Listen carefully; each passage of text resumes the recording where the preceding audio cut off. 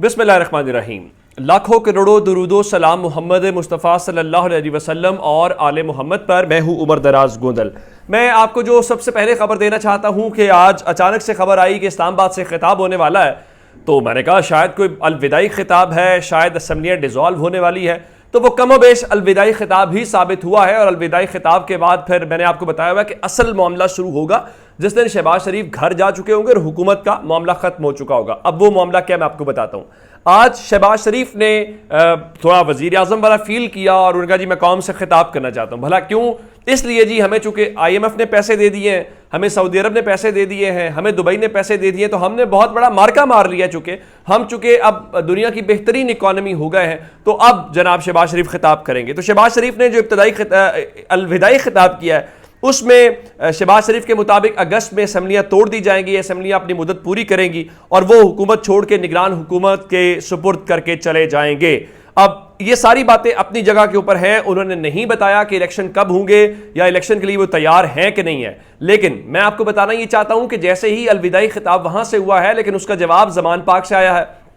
कैसे? आपको अब आजकल खबरें यही मिल रही होगी ना कि तहरीक इंसाफ फलां छोड़ के जा रहा है, फलां ला ताल्लुकी का इजहार कर रहा है, फलां। इमरान खान ने कल बड़ा वैलिड सवाल उठाया कि हमारे 297 टिकट होल्डर्स हैं, 40-50 छोड़ के गए हैं, 225 अब भी तहरीक इंसाफ के साथ खड़े हैं। लेकिन मैं आपको जो खबर देना चाहता हूं, खबर यह है कि अब तहरीक इंसाफ छोड़ने का सिलसिला पता नहीं अभी जारी रहता है या नहीं, लेकिन तहरीक इंसाफ में शामिल होने वाले लोग जरूर हैं। कल परसों भी एक आए, लेकिन आज जो शमूलियत हुई है वो फजलुर रहमान की पार्टी से है। और फजलुर रहमान की पार्टी NA2 जो पेशावर का हल्का है, वहां से बताया गया है कि ये सवात का हल्का, पेशावर का नहीं, NA2 से अली शाह खान एडवोकेट हैं, वो आज साथियों समेत पाकिस्तान तहरीक इंसाफ के अंदर शामिल हो गए हैं। उन्होंने ज़मान पाक के अंदर इमरान खान से मुलाकात की है और इस मुलाकात का मतलब ये है कि खैबर पख्तूनख्वा के अंदर तमाम तर चीज़ों के बावजूद, तमाम तर जबर के बावजूद, तमाम तर पाबंदियों के बावजूद फिलहाल भी इमरान खान को रोकना किसी के बस की बात नहीं है। मैंने आपको सर्वे बता दिया था कि इमरान खान अब भी अक्सरियत के अंदर जीत के आ जाएंगे। तो अब ये मामला है और ये एक बहुत बड़ी बात है कि इमरान खान ने इस लिहाज से अपना जो पहली विकेट है ये गिरा दी है। चूंकि आप सुन रहे होंगे कि जी तहरीक इस्तेकाम में वो शामिल हो रहा है, जी काफ लीग में वो शामिल हो रहा है, पीपल्स पार्टी नून लीग में शामिल हो गया। जरा अंदाजा लगाइए सूरत हाल है क्या। आज टीवी के ऊपर अचानक खबर आती है कि जी नोमान लंगड़ियाल और जो ओन चौधरी हैं उन्होंने इस्तीफा दे दिया।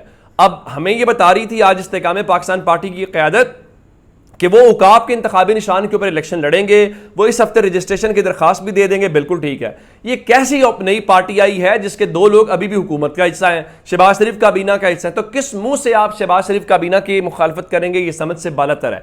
अच्छा, खबरें चल गई जी उन्होंने इस्तीफा दे दिया है, और मैंने जब अपने तौर पे चेक किया तो तहरीक इस्तेकाम पार्टी इसके ऊपर ऑफिशियली कह रही है कि अभी रिजाइन नहीं हुए। फिर वो कह जी रिजाइन भेज दिए जी, अभी एक्सेप्ट नहीं हुए। शहबाज शरीफ इनका रिजाइन क्यों एक्सेप्ट करेंगे जब उनको पता हो कि जनाब ये गंदे होंगे और इनका तासुर इलेक्शन में यही होगा कि ये PDM की नून लीग की B टीम है। तो अक्लमंदी तो यही है ना कि आप इनका इस्तीफा ही मंजूर ना करें। उन्होंने इस्तीफा दिया भी हो, जो कि खबरें चल रही हैं, लेकिन उनका क्लेम है कि उन्होंने नहीं किया। अच्छा, अब शहबाज शरीफ भी जब ये कह रहे हैं कि वो जा रहे हैं, तो जाने का मतलब ये है कि अब इस सारे सिनेरियो के अंदर इनका मामला फिलहाल और उसकी वजह क्या है? मकबूलियत नहीं है, अवाम में कबूलियत नहीं है। मैं मकबूलियत और कबूलियत अवाम की ही समझता हूँ और वो PDM की बिल्कुल भी नहीं है। और अभी मामला जो मर्जी हो जाए, एक मैं आपको खबर देना चाहता हूं। मैंने आपको बताया था कि इन्होंने एक इलेक्शन एक्ट के अंदर पाबंदी, उसके अंदर तरमीम का ये फैसला किया है कि जी किसी सियासी जमात के ऊपर पाबंदी लगानी हो तो ये काम सुप्रीम कोर्ट ना करे, बल्कि ये काम पार्लियामेंट करे। यानी 2 खिलाड़ी लड़ रहे हैं, एक खिलाड़ी फैसला करे मैंने दूसरे के ऊपर पाबंदी लगा देनी है, तो ये हो नहीं सकता ना, ये अकली तौर पर बात समझ नहीं आती। तो उसके बाद आज हुकूमत ने इस एजेंडे को फिलहाल इस्लाहात से निकाल दिया है और हुकूमत जरा पीछे हट गई है, जी हम इसके ऊपर नहीं होंगे। लेकिन सुप्रीम कोर्ट को आउट करने वालों के लिए अच्छी या बुरी खबर ये समझ लीजिए कि चीफ जस्टिस वापस फॉर्म के अंदर आ गए हैं और चीफ जस्टिस ने अपने जजेस को वापस बुला लिया है। चूंकि हमें बताया गया था जी अब जजेस छुट्टियों के ऊपर चले गए हैं, इतने महीने बेंचेस अवेलेबल नहीं होंगे, तो ना तो प्रैक्टिस एंड प्रोसीजर बिल के ऊपर कोई बात सुनी जा सकेगी और ना ही मिलिट्री कोर्ट के ऊपर बात सुनी जाएगी। तो सुप्रीम कोर्ट ने जो पहला मामला है वो 2 अहम जो केसेस हैं कमिंग वीक के अंदर, आइंदा हफ्ते के अंदर, वो उन्होंने समाअत के लिए मुकर्रर कर दिए हैं। जजेस छुट्टियों के ऊपर थे, जजेस को वापस बुला लिया गया है कि आप आएं और केस की समाअत जो है वो करें। आप जानते हैं कि जुलाई और अगस्त और सितंबर अब तकरीबन सिर्फ 2 महीने रह गए चीफ जस्टिस उमर अता बंदियाल के पास, तो अभी तक सुप्रीम कोर्ट ने 14 मई को जो इलेक्शन नहीं करवाया उस दाग को भी धोना है। पहली खबर आपको दे देता हूं। पहली खबर यह है कि 6 रुकनी बेंच जो है वो 18 तारीख को यानी आप ये समझिए कि मंगल के रोज जो है वो मिलिट्री कोर्ट वाले मामले को सुनेगा। 6 रुकनी लार्जर बेंच है जिसने फ्रीकैन को नोटिस भी जारी कर दिए।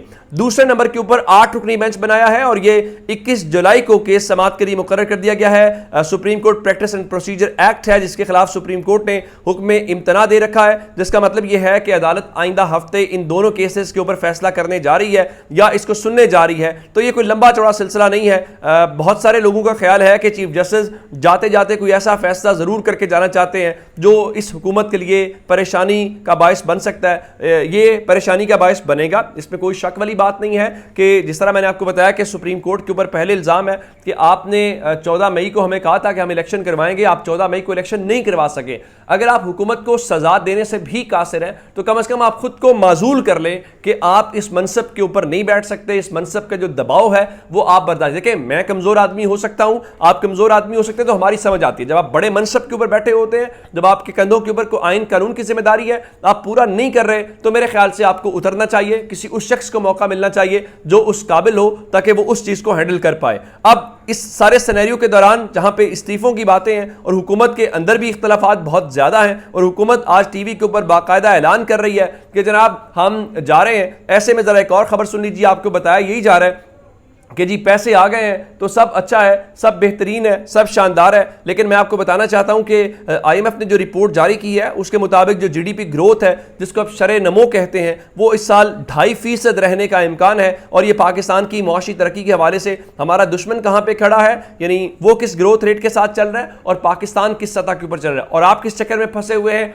आप फंसे हुए तोशा खाना के ऊपर। अब बताया गया जी वो जो शफीक है वो इमरान खान के खिलाफ तोशा खाना में जी घड़ी के मामले के अंदर बहुत जल्दी गवाह के तौर पे साबित हो जाएगा, आ जाएगा। बिल्कुल लाएं जी, बिल्कुल लाएं। इमरान खान को तो कोई चीज छोड़े ही ना आप, क्योंकि इमरान खान ही तो वजह है कि इंडिया इतनी तरक्की कर गया है। अब जरा खबर सुन लीजिए, जो उनका टाटा ग्रुप है या उनकी जो मुख्तलिफ कंपनीज हैं, वह एप्पल जिसको आईफोन हम बोलते हैं उसकी प्रोडक्शन हो रही है, वो लोकल प्रोडक्शन करेंगे, वो दुनिया को एक्सपोर्ट्स कर रहे हैं, वो कहाँ खड़े हैं और हम कहाँ खड़े हैं। हाँ, हम ये कर रहे हैं कि हम दुनिया के नए नए मॉडल बना रहे हैं और वो मॉडल ये है कि अक्सरियत अपोजिशन के अंदर बिठा रहे हैं, अकलियत जो हमारे लोग हैं वो हम बिठा रहे हैं गवर्नमेंट के अंदर, और हम कहते हैं कि हम अमेरिका से ज्यादा जमहूरी हैं। फिर हम कहते हैं कि ये देखो लोगों को उठाया जा रहा है, लोगों के साथ क्या कुछ हो रहा है, तो वो कहते हैं जनाब नहीं, हमसे ज्यादा तो इंसानी हुकूक की कहीं पे जो पासदारी है वो नहीं हो रही। अगर कोई बात करते हैं वो कहते हैं जी इंसानी हुकूक की पामाली का तो पाकिस्तान में तसव्वुर ही पैदा नहीं होता। तो फिर मुझे ये एहसास होता है कि शायद हम दुनिया की किसी फर्स्ट वर्ल्ड कंट्री के सिटीजन हैं या फिर दुनिया के लिए शायद हम रोल मॉडल है। शायद दुनिया इंसानी हुकूक को, इंसानी इक़दार को हमसे देख के सीखती है। मुझे इस बात की समझ नहीं आती। दूसरे नंबर के ऊपर जहां पे इतने मसाइल हैं, मसलों का हल नहीं निकालना, टीचर्स बैठे एहतजाज कर रहे हैं, लेडी हेल्थ वर्कर्स हैं, दीगर जो वैक्सीनेटर्स हैं या जो सरकारी मुलाजमीन जो रिटायर वाले हैं, वो बेचारे बैठ के इनकी जान को पीट रहे हैं कि आप अयाशियां कर रहे हैं, डीसीज को नई फॉर्चूनर्स दे रहे हैं। ये लाहौर की सड़कों, इस्लामाबाद, पिंडी, हर जगह पे ये लश्कारे मारती गाड़ियां हैं जो अवाम के टैक्सेस से हैं, वो अयाशियां करेंगे। लेकिन 25,000, 22,000, 30,000 वाला सरकारी मुलाजिम है, उसकी बात नहीं सुनी और फंसे किन चक्रों में। जरा खबर सुनिए। चेयरमैन PTI के दौरान इद्दत निकाह का जो केस है जी वो काबिल समाअत करार दे दिया गया है। यानी 2 लोगों का मामला है, उस चीज़ को लेके रगेदा जा रहा है। भला क्यों इमरान खान की रिप्यूट ख़राब करें, या हो सकता है जी हम इन चीज़ों को तय करके इमरान खान का वोटर टूट सके। अगर इतनी चीज़ों से इमरान खान का वोटर नहीं टूटा तो ये आप किन चीज़ों में पड़े हुए हैं इनसे भी कुछ नहीं निकलना। हाँ, प्रेस कॉन्फ्रेंस की तैयारियां हैं, वो प्रेस कॉन्फ्रेंस भी हो जाए, उस प्रेस कॉन्फ्रेंस से कौन सी कोई चीज़ निकलती है ताकि कौम को उसका भी अंदाज़ा हो जाए और पीछे कोई कसर रह ना जाए। अपना बहुत सारा ख्याल रखिएगा। खुदा हाफिज़।